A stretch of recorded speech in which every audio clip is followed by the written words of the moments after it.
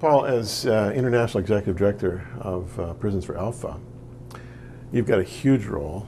You're in, what, 80 countries now? Yeah, 80 around the world, yeah. And this was something that you started back in 95, was it? 95, yeah.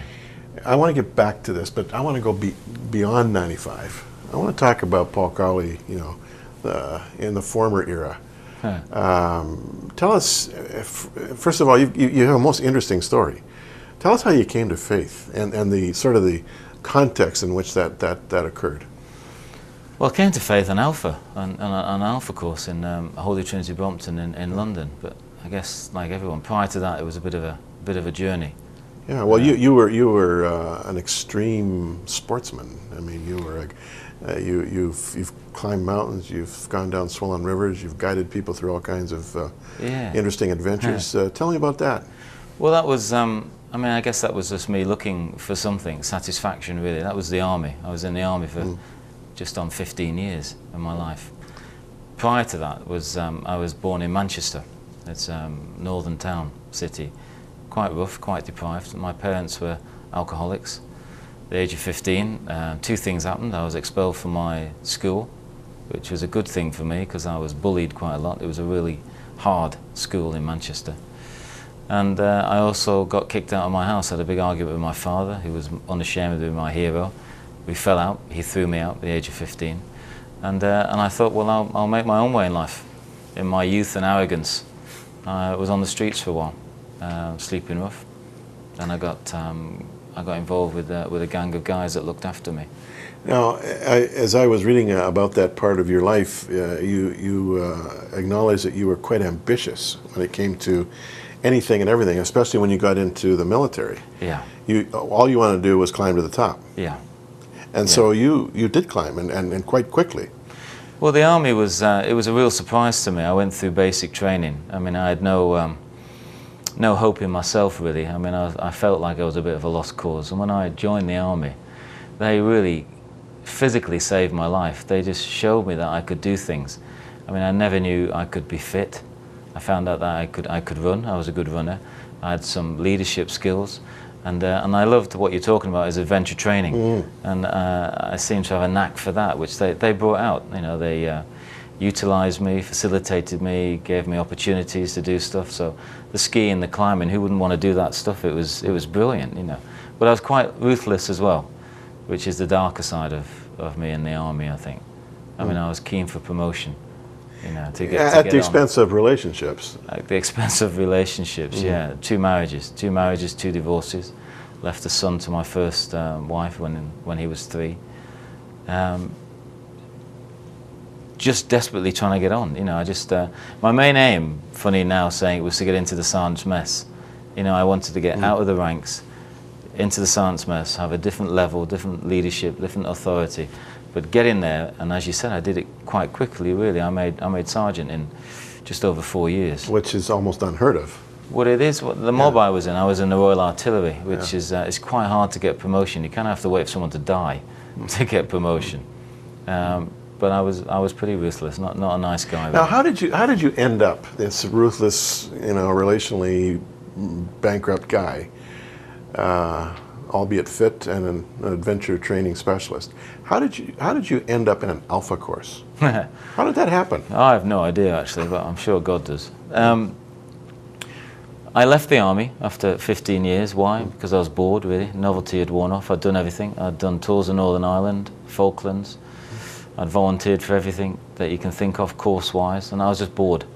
So I left. I moved in with my current girlfriend at the time.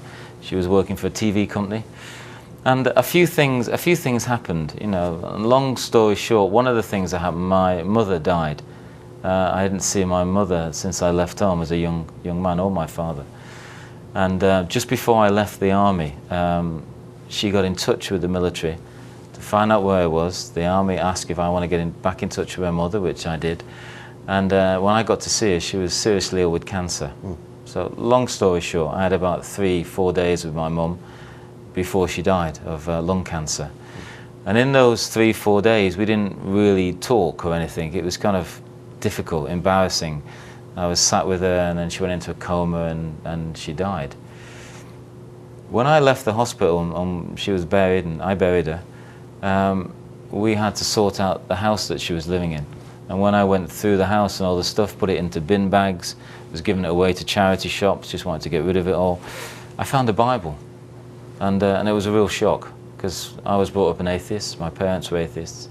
And in this Bible was, well, you know now, there's lots of colour-coded things and different writing down the sides, and it was a mystery to me why my mother had this Bible. Because my mum was about 5 foot, and she was a real tough lady. You know, you wouldn't say she was Christian type.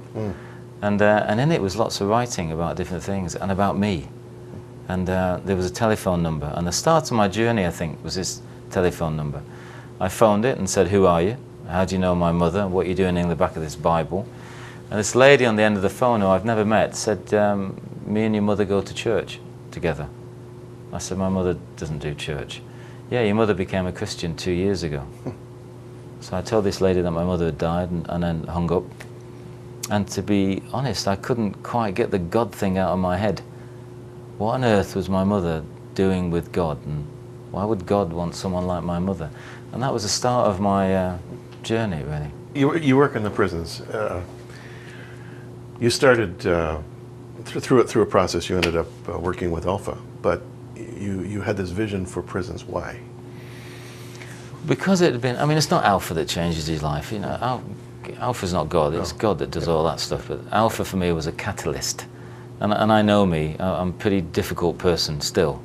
So Alpha was an opportunity for me to explore the gospel, and it was kind of easy to explore. And it's in groups, and it was nice, and some of the people on the groups were okay. You know, some of them I wasn't keen on, but some were all right. And I went back most weeks for the group because I liked them. Not that I told them that, but I liked them. And I thought, you know, this stuff would really work in the prisons. I'm sure it would. And in '95, we got an opportunity to go down to a prison on the south coast, Dartmoor prison, and talk to the chaplain about the possibility of running Alpha in there. And they took it up, and it just went like wildfire. It was nothing I did, just the grace of God. Did you have to adapt Alpha at all for the prisons, or you just went with it as it was? As it is, you know, as it is. Yeah, the only thing we couldn't get is a weekend away. Right. You know, we tried that. Some of the lads were up for that, but we couldn't get that. I'm sure if they knew they'd have a weekend away, everybody would have signed up. They'd all sign up for it. But what has the impact been in prisons with Alpha? Well, I mean, there's in the UK, there's 162 prisons, and Alpha's in over 130 of them, and has been since '95. It usually stays around about that level. Some prisons take it on, some take it off. You know, it stays. And over 100,000 people now have gone through the Alpha course. You know, and I know many of those have stayed out of prison. You know, and if they're not out of prison yet, because they may be in there for a long time, they're leading sort of better lives. So I think God has been really gracious in it. Well, you know, it's a gospel imperative. Well, sure. Women's prisons as well as men. Women's prisons as well, yeah. Young offenders, juveniles, detention centres. And who are going into these prisons? Have you got a whole bunch of volunteers? Yeah, churches. You know, we've encouraged churches. Yeah. And first in the UK, the team that I've got was doing most of it. Then it grew too big. Then we started to train churches who were running Alpha anyway, but encourage them to go into their local prisons. You know, most cities have got prisons around them, so we encourage them to go in, and they run the courses. And in 2002, we started a charity called Caring for Ex-Offenders, which helps the men and women when they come out upon release be reintegrated back into society. And because so many churches were now involved with the prisons, they were passionate about prison work. So the next step was to encourage them to take the men and women when they come out. And that started to grow as well, really. Now tell me about ordained priest Paul Cowley. You're now an ordained Anglican priest, and you have a Anglo-Catholic church. Yes, I do. With all of the robes and the bells and the smoke. And do you ever sometimes pinch yourself and say, is this real? I mean, is this me? Am I doing this? Quite often. Quite often. Even sat here with you, I do. God is amazing. Yeah. And that's the thing we talked about before, hope. That God gives you, that you can change. Yeah, I am. In 2002, I was ordained in the Church of England as a priest after doing 3 years of theology training. I mean, doing the work you've just described. Yeah. And in July this year, I was asked if I would pastor a church which has come available to Holy Trinity Brompton.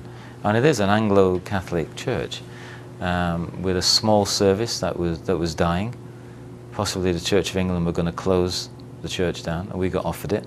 Nicky Gumbel, my boss, took it and asked me if I would run it. And I said, "You must be crazy. I mean, it's Anglo-Catholic. What the heck do I know about that stuff?" But it's been really exciting, and there was only 13 people left in the church who actually, I've come to love them a lot.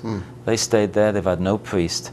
They've been there every Sunday opening the church, nobody coming in, praying, you know, accepting these priests that come in from time to time and do the stuff, then go. And I love them. And now that service, they've accepted me as their pastor. I'm trying to stop them calling me Father Paul. But that's what they like calling me. Doesn't that go with the territory? It goes with the territory. Yes, it does. And that's grown through their help and encouragement. They've embraced this partnership. Yeah. And now we've got 80 coming in the morning. Wow. And we've started an evening service, 4:30, an informal service, which has got 300 at it. So it's Really? just So exciting. your evening service is bigger than your morning service? Yeah. What's the demographics? Young people? Old people? Yeah, no, it was those 13 guys I told you about were slightly up the scale age-wise when I took over. Upper scale. Upper scale. Yeah, I like that. I'm getting there myself. That would be anyway. me. I'm upper scale. And me. And they've embraced, and the young things have started to come in, because I think they like that sense of, I don't know, there's just a little bit more depth sometimes. Yeah, sure. You know, it's not my tradition, but I can see the beauty in it. And when I preside over, you know, the Eucharist every Sunday morning, there's something about that which is special. Yeah. And sometimes as evangelicals, and I'm one myself, we can lose that. Sure. So to have both of them running in the same church, an informal service and a formal service, we've got old and young, you know, rich and poor, black and white, married, single, at both services. And I love that. That's got to be the best part of pastoring. I mean, it's fantastic. Well, you know, I often say to young pastors who also have a worldview and want to be involved, you know, in the big picture, the very finest platform for any, you know, global involvement is a local church. Yeah. Because people know that you're, you know, working it out, grinding it out, proving yourself and your ministry with accountability in that local situation. Yeah. That gives you tremendous credibility. Well, it does. I've never been able to say, that we were talking before, you know, I'm pastoring the church. It's just, it's exciting when I hear myself say that, because I haven't done it. It's a great story, Paul. It really is a great story, and we'll be looking for your ministry in some of the prisons in Canada. Are you in any of the Canadian prisons? Yeah, we are in quite a few. We've got an office in Vancouver, and Alpha's running in quite a few prisons through Canada. I'm in Edmonton on Saturday, Calgary on Monday, a church in Edmonton on Sunday called Beulah Church, which is helping with the prison ministry. So yeah, no, it's great. Terrific. Well, you and Nicky Gumbel are leaving your mark. Thanks so much for coming our way. Thank you very much.